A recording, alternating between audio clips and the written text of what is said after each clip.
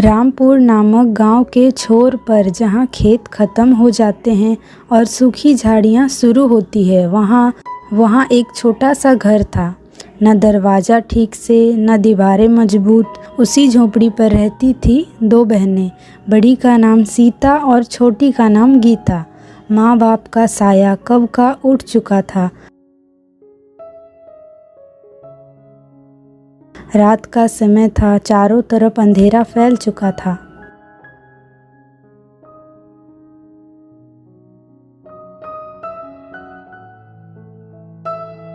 दीदी, अभी बारिश का मौसम शुरू ही हुआ है और अगर तेज बारिश हो गई तो हमारी छत टपक जाएगी, तो हम फिर कहाँ रहेंगे दीदी। मैं थक गई हूँ इस जिंदगी से। लोगों के माता पिता न जाने कितने तरीके के पकवान बनाकर खिलाते हैं। लोगों के घर हमेशा रोशनी जलती है और हमारे घर इतना अंधेरा, इतना सन्नाटा क्यों। मैं थक गई हूँ। गीता, तू मत रो। मैं जानती हूँ कि हालात हमारे खिलाफ हैं, लेकिन अगर तू हार मान लेगी तो मैं किसके सहारे रहूंगी। मैं भी हर रात सोचती हूँ, माँ होती तो हमें ऐसे न रहने देती। पर क्या करें, अब हम ही एक दूसरे के माँ बाप हैं। तू मेरी छोटी बहन नहीं, मेरी बेटी जैसी है। अगर तू टूट जाओगी तो मैं कैसे संभालूंगी। गीता की आवाज में डर था और आंखों में चिंता। उसकी छोटी उम्र ने जितना बोझ देखा था, उतना शायद ही किसी बूढ़े व्यक्ति ने भी आज तक सहा होगा। लेकिन उसका दिल सवालों से भरा रहता था। दीदी, कभी कभी सोचती हूँ, अगर माँ हमें छोड़कर न गई होती तो हम भी बाकी लड़कियों की तरह हंसते खेलते। दीदी, क्यों हमें ऐसा जीवन मिला? क्यों हमसे सब कुछ छीन लिया गया? तेरे हर सवाल का जवाब मेरे पास नहीं है, लेकिन इतना जानती हूँ कि भगवान सबसे कठिन परीक्षा उन्हीं की लेते हैं जो उसे सह सकते हैं।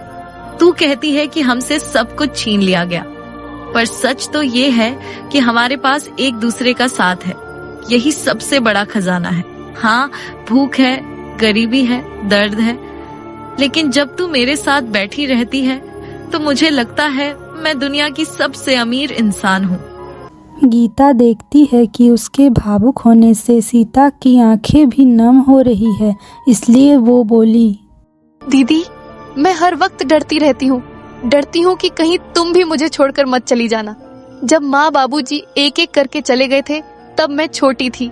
मैं ठीक से कुछ समझी भी नहीं थी, लेकिन तुम्हारी आंखों में देखा था कि कैसे तुमने अपने आंसू दबा लिए थे सिर्फ मुझे संभालने के लिए। दीदी, तुम भी मेरे लिए सब कुछ हो। तू मेरी जान है, मैं तुझे छोड़कर कहीं नहीं जाऊंगी। जब तक मेरी सांसें हैं, मैं तेरे साथ हूँ। याद रख, अगर मेरे पास एक रोटी होगी तो आधी तेरे हिस्से की होगी। अगर एक कपड़ा होगा तो आधा तेरा होगा। मैं माँ की तरह तेरा हाथ थामे रहूंगी। चाहे दुनिया हमें अनाथ कहे, पर हम एक दूसरे के सहारे कभी अकेले नहीं रहेंगे। सीता की बातें सुनकर गीता का दिल थोड़ा हल्का हुआ, लेकिन भूख का दर्द अभी भी दोनों के चेहरे पर साफ झलक रहा था। झोपड़ी के कोने में रखा पुराना बर्तन खाली पड़ा था। कई दिनों से चूल्हे पर ढंग से आग भी नहीं जली थी।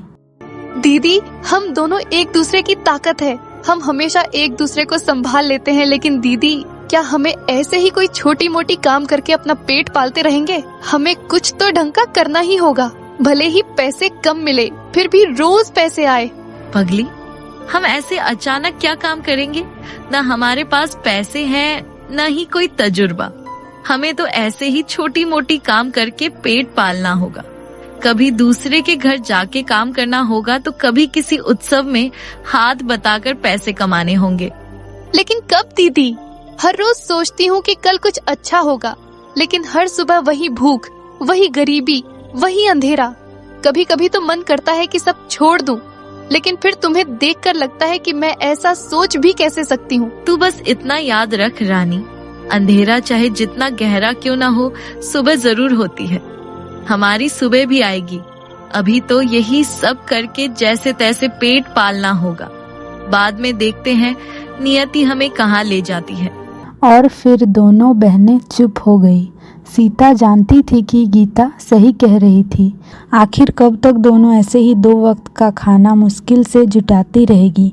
उसे भी इस बात की चिंता खाने लगी, लेकिन फिर भी वो अपनी बहन के सामने अपनी चिंता नहीं दिखाती थी।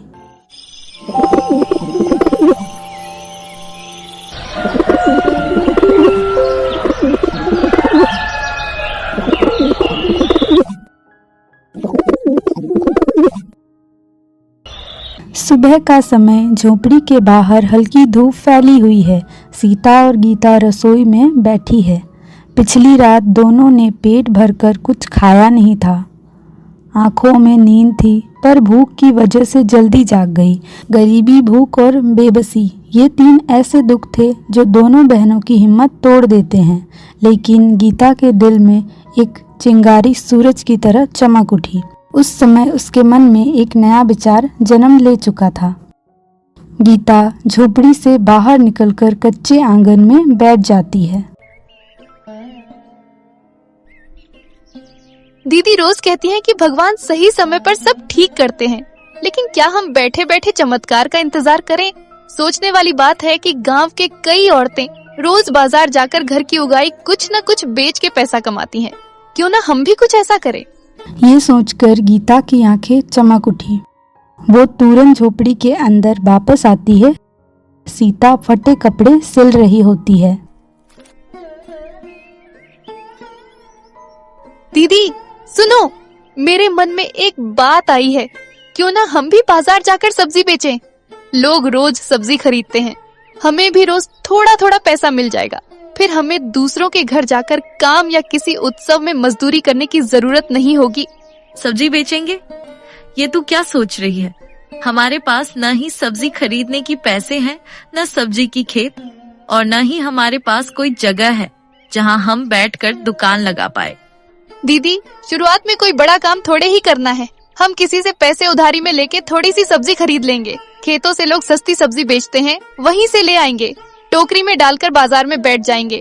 धीरे धीरे पैसा बचाकर और ज्यादा खरीदेंगे। और हमारे आंगन के सामने थोड़ी सी जगह भी है, वहाँ थोड़ी थोड़ी सब्जी उगाया भी करेंगे। गीता की आंखों में चमक थी। गरीबी ने उसके सपने को मारा नहीं था, लेकिन भीतर भरोसा था कि मेहनत करने से रास्ता जरूर निकलता है। और ये भरोसा देख सीता गीता से बोलती है, तेरी बात सही है रानी, लेकिन डर भी है।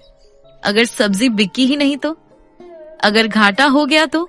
हम तो वैसे ही 2 वक्त की रोटी के लिए जूझ रहे हैं, और ये पैसे भी डूब गए तो हम उधारी कैसे चुकाएंगे? दीदी, आप ही कहती थी हर काम में जोखिम होता है। अगर डरते रहे तो जिंदगी भर दूसरों की चौखट पर खड़े रहना पड़ेगा। सोचो, अगर ये काम चल गया तो हमें रोज कमाई होगी, पेट भर रोटी मिलेगी, हम भूखे नहीं सोएंगे। सीता चुप हो जाती है। गीता के जज्बे को देखकर वो भावुक भी होती है और उसके चेहरे पर मुस्कान भी आ जाती है। तू तो बड़ी हो गई बहन। ठीक है बहन, अगर तुझे इतना विश्वास है तो मैं तेरे साथ हूँ। हम कोशिश करेंगे। अब चाहे जैसा हो, हमें अपनी जिंदगी बदलनी ही होगी। लेकिन सोचने वाली बात ये भी है कि हमें उधारी देगा कौन? इसके बारे में मैंने सोच के रखा है दीदी। एक है ना हमारे गांव में जो ब्याज में पैसे देते हैं, उनसे ले लेंगे। तू सेठ हरखू की बात कर रही है क्या? हाँ दीदी, उनकी ही बात कर रही हूँ। ठीक है, उनसे ले तो सकते हैं, लेकिन अगर समय पे ब्याज नहीं दे पाए तो सेठ हरखू थोड़े कठोर बन जाते हैं। फिर भी कोई नहीं, हम कर लेंगे। हम साथ हैं, कुछ भी कर लेंगे। उस दिन इन अनाथ बहनों की जिंदगी ने एक नया मोड़ लिया। भूख और गरीबी से टूटी हुई ये बच्चियां अब लड़ने का सहारा कर चुकी थी। ये सिर्फ सब्जी बेचने का विचार नहीं था, बल्कि आत्मनिर्भर होने की पहली सीढ़ी थी।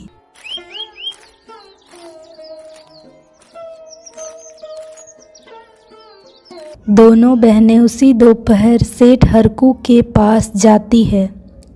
सेठ बाहर ही बैठा हुआ है, पास में नौकर खड़ा है। अंदर जाते हुए सीता और गीता प्रवेश करती है। दोनों बहनों के पैर कांप रहे थे, मगर आंखों में उम्मीद की हल्की चमक भी थी। अरे वाह, देखो तो सही, गांव की अनाथ बहनें मेरे घर आई हैं। गौरी और रानी, तुम्हें देखकर लगता है कि संघर्ष का कोई चेहरा होता तो तुम दोनों जैसा होता। सब खोने के बाद भी बिन माँ बाप के अकेले संघर्ष करना कोई आसान बात नहीं है। चलो बताओ बेटियों, आज मेरे घर कैसे आना हुआ? सीता सिर झुकाए चुप खड़ी है। गीता आगे बढ़कर हाथ जोड़ती है। सेठ जी, हम आपके पास मदद मांगने आए हैं, हमें थोड़े पैसे चाहिए। मदद? पैसों की? सुनो बेटियों, मैं व्यापारी हूँ। रुपये मेरा धर्म है। जो रुपये यहाँ से जाते हैं वो ब्याज समेत वापस आते हैं। लेकिन मैं चाहता नहीं हूँ कि तुम 2 अनाथ बहनों से मैं ब्याज लूं। लेकिन मेरा व्यापार ही वही है।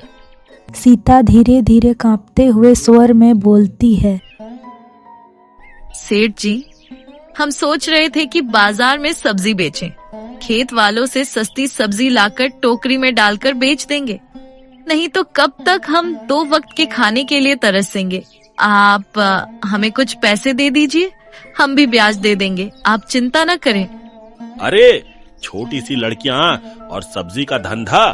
गांव के बड़े बड़े मर्द रोज मेहनत करते हैं, फिर भी ठेला खाली रह जाता है। और तुम दोनों सोच रही हो कि टोकरी लेकर बैठोगी और लोग झोली भर भर सब्जी ले जाएंगे। इतना आसान नहीं होगा बेटी।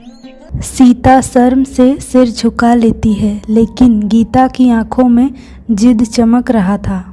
सेठ जी, हाँ, हम उम्र में छोटे हैं पर मेहनत करने से पीछे नहीं हटेंगे। सब्जी बेचना कोई बड़ा काम नहीं, अगर और लोग कर सकते हैं तो हम भी कर सकते हैं। सेठ गीता की हिम्मत भरी बात सुनकर खुश होता है। सुनो बेटियों, मैं तुम्हारी हौसले की इज्जत करता हूँ, लेकिन मैं तुम्हारी हालत भी जानता हूँ। पिता का साया नहीं, माँ कब की चल बसी, घर टूटा फूटा। दोनों संघर्ष करके जी रही हो। ऐसे में ये धंधा चल पड़े, ये सोचना ही हिम्मत की बात है। लेकिन हिम्मत से सब नहीं होता। तुम दोनों को ये सब की कोई जानकारी नहीं है। करोगे कैसे? हम कर लेंगे सेठ जी। वैसे भी हमारे पास खोने को बचा ही क्या है। कम से कम कुछ अच्छा करने की कोशिश तो कर ही सकते हैं। और रहा सवाल आपके पैसे और ब्याज का, वो हम कैसे भी करके आपको वापस कर ही देंगे। ठीक है, तुम लोग इतना बोल रहे हो तो मैं तुम्हें पैसे दूंगा, लेकिन मेरी शर्तें सुन लो। मैं तुमसे ब्याज नहीं ले सकता। मुझे तुमसे ब्याज लेना अच्छा नहीं लग रहा है, लेकिन मुझे तुम दोनों 2 महीने के अंदर मेरे पैसे वापस करना होगा। यह सुनकर सीता और गीता बहुत खुश हो जाती है। आपका बहुत बहुत धन्यवाद सेठ जी, आपने हम पे उपकार किया है।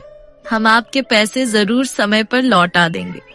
ठीक है, ठीक है, अब इतना भी कोई भावुक होने की जरूरत नहीं है। जाओ अपने किस्मत को आजमा लो। मेरा आशीर्वाद है तुम दोनों पर। गीता खुशी से आगे आकर बोली। सेठ जी, हम आपके इस एहसान को कभी नहीं भूलेंगे। आपका बहुत बहुत धन्यवाद। ठीक है, अब ये पैसे लो और जल्दी से सब्जियों का व्यापार शुरू कर दो। यही सब बात करके सेठ हरकू दोनों बहनों को बिना ब्याज के पैसे दे देता है और दोनों बहनें पैसे लेकर घर आ जाती है।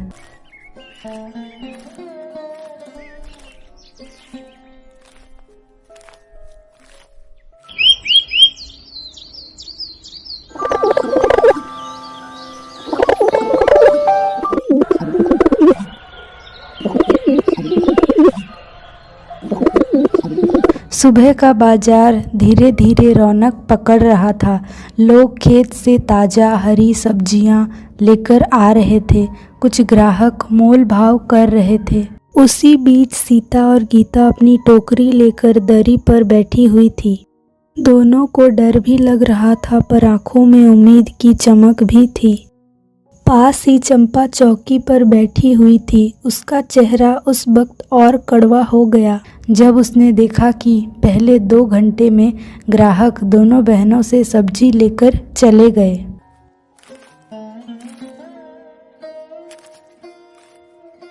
अरे भाभी, उधर क्यों जा रही हो? मेरी सब्जी देख लो। सालों से मैं यहीं बैठती हूँ। इन बहनों को क्या पता सब्जी का असली भाव।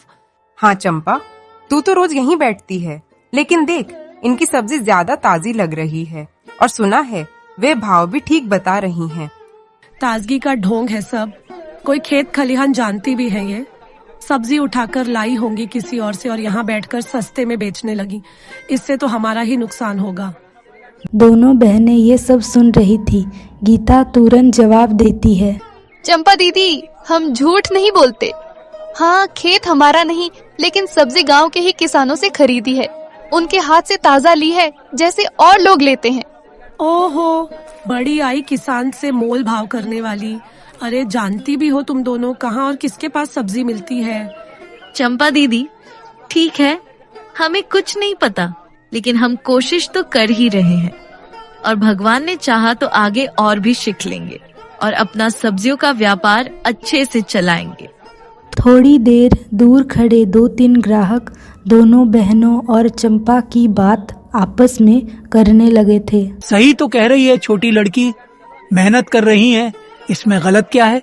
हाँ, और देखो कितनी नम्रता से बोलती है, मुस्कुराकर सामान देती हैं, मन भी खुश हो जाता है। चंपा को ये सब सुनाई दे रहा था और यह सुनकर उसका गुस्सा और बढ़ गया। अरे, नम्रता और मुस्कुराहट से पेट नहीं भरता। सब्जी का धंधा मजाक नहीं है।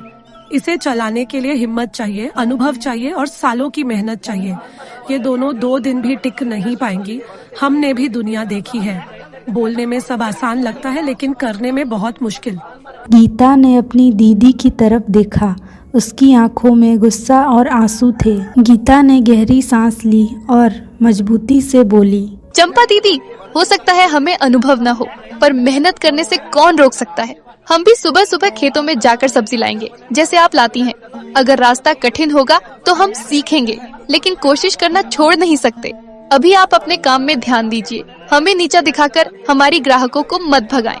चंपा गुस्से से दहक रही थी और गीता की बात सुनकर और भड़क गई। देख लो सब लोग, आज ये बच्चियां आई हैं, कल और लोग भी आएंगे। फिर यहाँ सबकी रोजी रोटी खतरे में पड़ जाएगी। अगर हर कोई ऐसे सस्ता बेचने लगेगा तो बाजार का कायदा बिगड़ जाएगा। चंपा की इन सब बातों में कोई ध्यान नहीं देता। सब अपने अपने काम में लगे हुए थे। यह देखकर चंपा को शर्मिंदा होना पड़ा और वो दोनों बहनों की तरफ गुस्से से देखने लगी। तभी सीता उससे बोलती है, हम आपका बुरा नहीं चाहते हैं, हमें किसी का नुकसान नहीं करना, बस जीना है। अगर मेहनत से हम अपना पेट भर सके तो यही हमारे लिए बहुत है। और चंपा दीदी, आपकी नसीब का हम कभी नहीं छीन सकते। माना कि हमने आपके बगल में सब्जी बेचनी शुरू की, लेकिन हमारा आपके व्यापार का कोई नुकसान करने का इरादा नहीं है। गीता ने और भी मजबूती से कहा, और हाँ चंपा दीदी, हमसे जितनी जलन करोगी उतनी ही हम और मेहनत करेंगे। आप भी अपने काम में लगे रहिए, कोई आपका नसीब का नहीं छीन सकता। चंपा गुस्से से जल रही थी। उसने मन ही मन सोचा, ठीक है, अभी लोग इनका पक्ष ले रहे हैं, पर मैं देखती हूँ कब तक ये टिक पाती है। इनका हौसला तोड़ना ही होगा। वो अपनी चौकी पर बैठी तो थी, लेकिन उसकी आंखों में जलन और मन में साहिज का तूफान उमड़ पड़ा।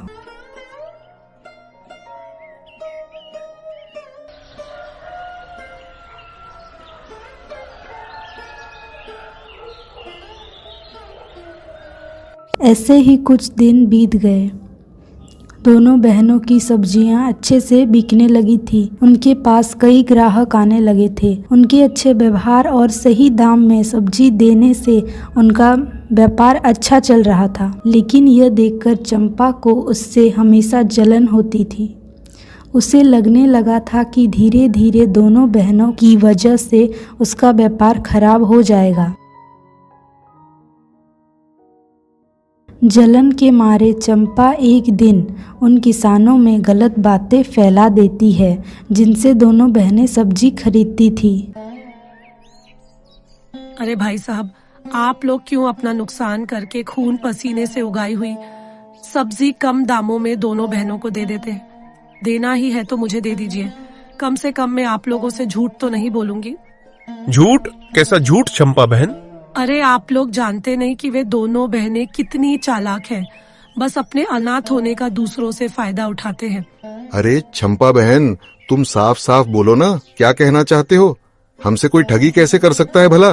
वो दोनों बहनें आपसे बहुत कम दामों में सब्जी ले जाके बाजार में अच्छे अच्छे दामों में बेचते हैं। और आपकी सब्जी तो है ही ताजा, इसलिए उनको बहुत मुनाफा होता है, लेकिन आपको तो कम मुनाफा बोल के कम पैसे दे जाते हैं।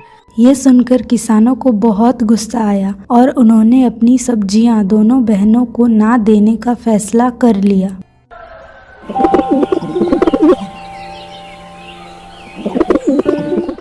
अगले दिन सुबह जब दोनों बहनें सब्जी लेने उनके गोदाम जाती है, तब किसानों ने उनको बहुत सुनाया। रामकिशन जी, आज हमें थोड़े और ज्यादा सब्जी चाहिए होंगे। आप अपने दूसरे खेत से भी कुछ बंदोबस्त कर दीजिए। ज्यादा सब्जी? ऐसा उम्मीद भी मत करना आपसे। बहुत ठगी कर लिए हमसे, अब और नहीं। आप ऐसा क्यों कर रहे हैं? हम तो आपको समय समय पर पैसे दे देते हैं और कभी भी आपका नुकसान नहीं किया। फिर आप लोग हमें सब्जियां क्यों नहीं दे रहे? और हमने क्या ठगी किया है आपसे? बात समय समय पर पैसे देने की नहीं है, तुमने हमारे साथ धोखा किया है। यह सुनकर गीता और सीता हैरान रह गई। धोखा? कैसा धोखा भैया? भोली मत बनो तुम दोनों। हमने तुम दोनों पे विश्वास करके तुमको कम दाम में सब्जियां दे रहे थे ताकि तुम दो अनाथ बहनें भी मुनाफा करके अपना घर चला पाओ। लेकिन हमें तो बाजार का भाव पता नहीं, तो इसलिए तुमने हमसे ठगी की है। आप लोग क्या बोल रहे हैं? कैसा धोखा? हमें ठीक से समझ नहीं आया। अरे सुनने में आया है कि तुम दोनों हमसे बहुत कम दाम में सब्जियां ले जाके बाजार में अच्छी दाम पे बेचते हो और हमें कम पैसे दे जाते हो। इसलिए अब से तुमको हम सब्जी नहीं देंगे, अब हम सिर्फ चंपा को देंगे। उसने कहा कि बाजार का जब जब भाव बढ़ेगा वैसे ही हमको भी ज्यादा पैसे देगी। सीता और गीता चंपा का नाम सुनते ही सब समझ जाती है और उन्हें समझाने की कोशिश करती है। ये सब झूठ है भैया, आप हम पे विश्वास कीजिए। अगर आप हमको सब्जी नहीं देंगे तो हम और कहां से सब्जी लाएंगे? हम तो किसी और को जानते भी नहीं हैं। वो सब हमें नहीं पता। अब से तुम लोग अपना देखो और हम अपना देखेंगे। हमें जहाँ फायदा होगा हम वहीं पे अपनी सब्जी देंगे। लेकिन हमने भी आपको कम पैसे देके ज्यादा फायदा नहीं किया है। अगर हमको ज्यादा फायदा होता तो हम भी आप लोगों को ज्यादा पैसे दे देते। चंपा दीदी, हमें आप लोग सब्जी न दे, इसीलिए आपको वो सब बोल के गई है। आप हम पे विश्वास करो। ठीक है गौरी, हम देखते हैं बाद में क्या कर सकते हैं, लेकिन अभी के लिए तुमको हम कुछ नहीं दे सकते। हम भी अब बाजार का भाव पता करेंगे और उसके बाद हम देखेंगे क्या कर सकते हैं। अभी तुम लोग जाओ। यह सब सुनकर सीता और गीता बहुत उदास हो जाती है और दोनों को चंपा पर बहुत गुस्सा भी आ रहा होता है।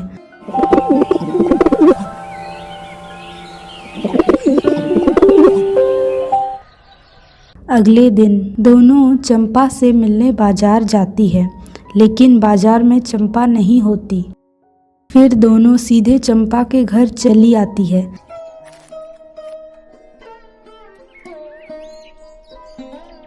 घर पहुंचकर सीता दरवाजा खटखटाती है।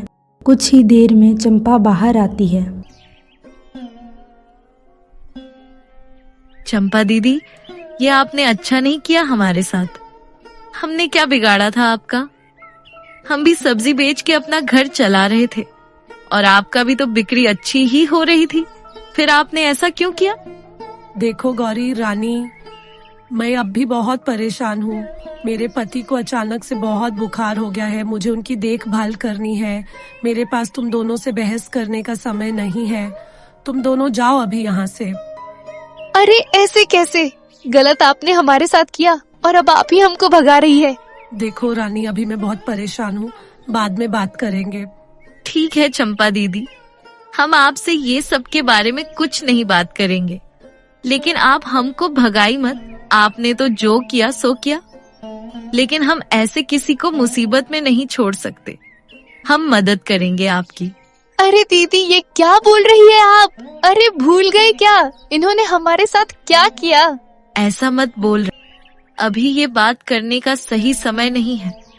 अभी ये मुसीबत में है और एक ही गांव के निवासी होने से हमारी फर्ज बनता है कि हम इनकी मदद करें। बाकी गिले शिकवे हम बाद में दूर कर लेंगे।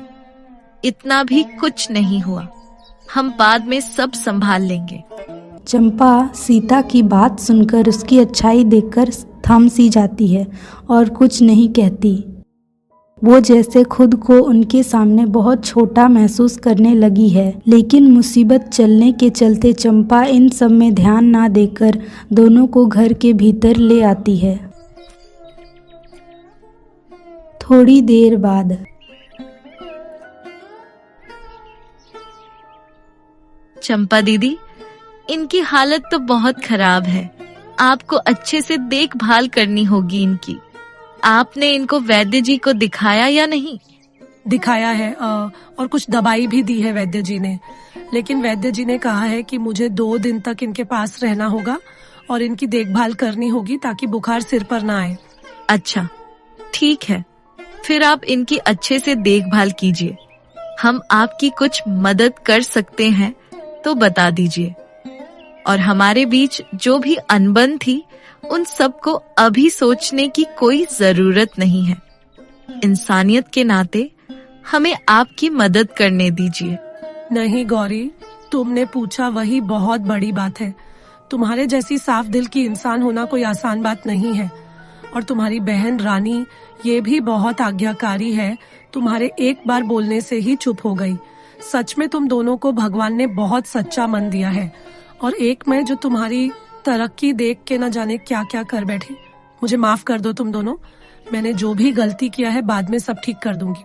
अभी आप ये सब चिंता मत करो, जो हुआ सो हुआ। अभी हमें अपनी मदद करने दीजिए। हम आपको ऐसे मुश्किल की घड़ी में नहीं छोड़ सकते। गौरी की बात सुन के चंपा बहुत भावुक हो जाती है और गौरी से बोलती है, सच में तुम दोनों बहुत सच्चे मन की हो। इनकी तबीयत बहुत खराब है और दवाई में बहुत पैसे लग गए हैं। और जो सब्जी बेचने के लिए लाई थी वो घर में पड़े पड़े सड़ जाएगी, बहुत नुकसान हो जाएगा। क्या तुम इसमें कोई मदद कर सकते हो? हाँ, हम एक काम कर सकते हैं। हम आपकी सारी सब्जियां बाजार जाके बेच देंगे, आप चिंता मत कीजिए। और आप मुझे भी माफ कर दीजिएगा, मैंने आपसे गुस्से में बात किया। नहीं रानी, माफी कैसा, तुम लोग मेरी मदद करने आगे आए वही बहुत बड़ी बात है। और ये जो मेरे सब्जी बेच के मदद करने की सोच रहे हो, ये मेरे लिए तुम लोग के तरफ से बहुत बड़ा उपकार होगा। ठीक है चंपा दीदी, हम समय रहते आपकी सभी सब्जी बेच के आते हैं और शाम को आके आपको पैसे दे देंगे। यह कहकर दोनों बहनें चंपा की सारी सब्जियां लेकर बाजार चली जाती है और सब बेच देती है।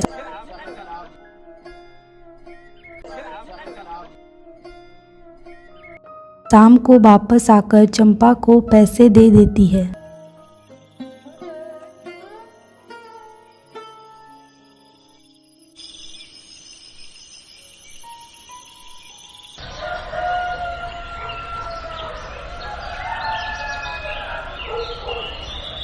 अगली सुबह चंपा दोनों बहनों के साथ उन किसानों के पास जाती है और सारी सच्चाई बता देती है। भाई साहब, मैं इन दोनों बहनों का गुनहगार हूँ। मैंने आपसे इन दोनों बहनों के बारे में झूठ बोला था। ये दोनों बहुत अच्छे मन का और ईमानदार लड़कियां हैं। मुझे मेरे गलतियों के लिए सब लोग माफ कर देना। अरे चंपा दीदी, आप ये सब क्या बोल रही है? हम तो यहाँ सब कुछ ठीक करने आए हैं और आप ऐसे उदास हो रहे हैं। जो हो गया सो हुआ, अब हम साथ में सब्जियों का व्यापार करेंगे और दोनों किसान भैया हमें ढेर सारे सब्जी देंगे और फिर सबका व्यापार अच्छा होगा। हाँ, गौरी बिल्कुल सही कह रही है। चंपा बहन, आपने अपनी गलती मानी वही बहुत है। अब ये सब सोच के कोई फायदा नहीं। हम आप दोनों को सब्जियां देंगे और यही तो हमारा काम है। इसी से तो हमारा भी घर चलता है। यही सब बातें करके सब लोग आपस में सुलह कर लेते हैं और फिर अपने अपने व्यापार में लग जाते हैं। सीता और गीता का जीवन भी सब्जी के व्यापार से ठीक होने लगता है। दोनों बहनें अपने मुनाफे से सेठ हरकू का उधार भी चुका देती है। अब दोनों बहनें खुशी खुशी मेहनत करके अपना जीवन बिताने लगती है। जो पहले उनके जीवन में दुख, गरीबी और भूख थी, अब उनके एक फैसले ने उनके जीवन में सुधार आने लगता है। इस कहानी से हमें यह सीख मिलती है कि हमें कभी भी दूसरों के प्रति हिंसा, ईर्ष्या का भाव नहीं रखना चाहिए। इससे हमारा ही नुकसान होता है और हमें सबसे प्यार से मिलजुल कर रहना चाहिए। इसी तरीके की और कहानियाँ देखने के लिए हमारे इस चैनल को सब्सक्राइब करें।